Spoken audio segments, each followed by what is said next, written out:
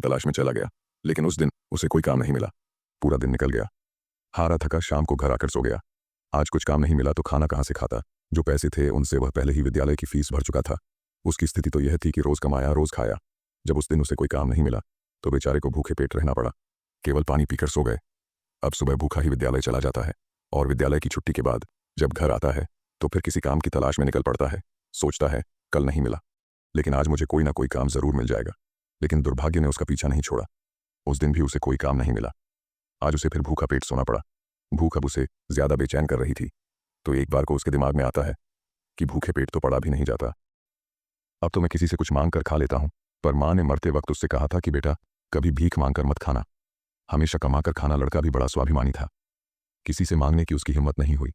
सोचता था चाहे कुछ भी हो जाए पर भीख मांग करके नहीं खाऊंगा। अगर मैंने भीख मांगना शुरू कर दिया तो लोग मुझे भिखारी कहने लगेंगे। भगवान ने पेट दिया है तो कहीं ना कहीं से इसके लिए भोजन भी देगा। अब लड़का उस दिन भी भूखा रहता है।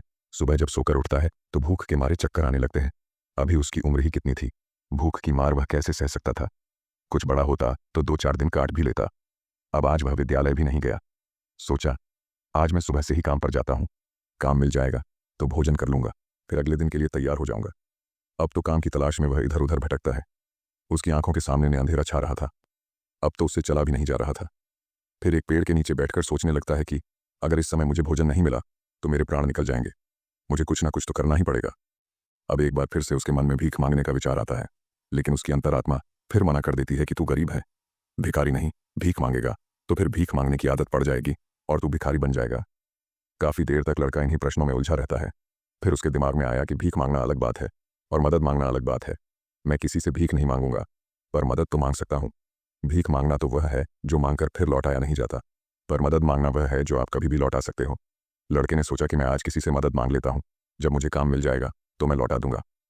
अब लड़का वहां से चलता है तो उसे नगर के बाहर एक बड़ा सा घर दिखाई देता है। लड़का उस द्वार पर जाकर द्वार को खटखटा है। तब घर के अंदर से एक महिला निकलती है। महिला ने द्वार पर देखा कि एक 10-11 वर्ष का बड़ा ही उदास सा मासूम सा लड़का खड़ा है। आगे की कहानी अगले भाग में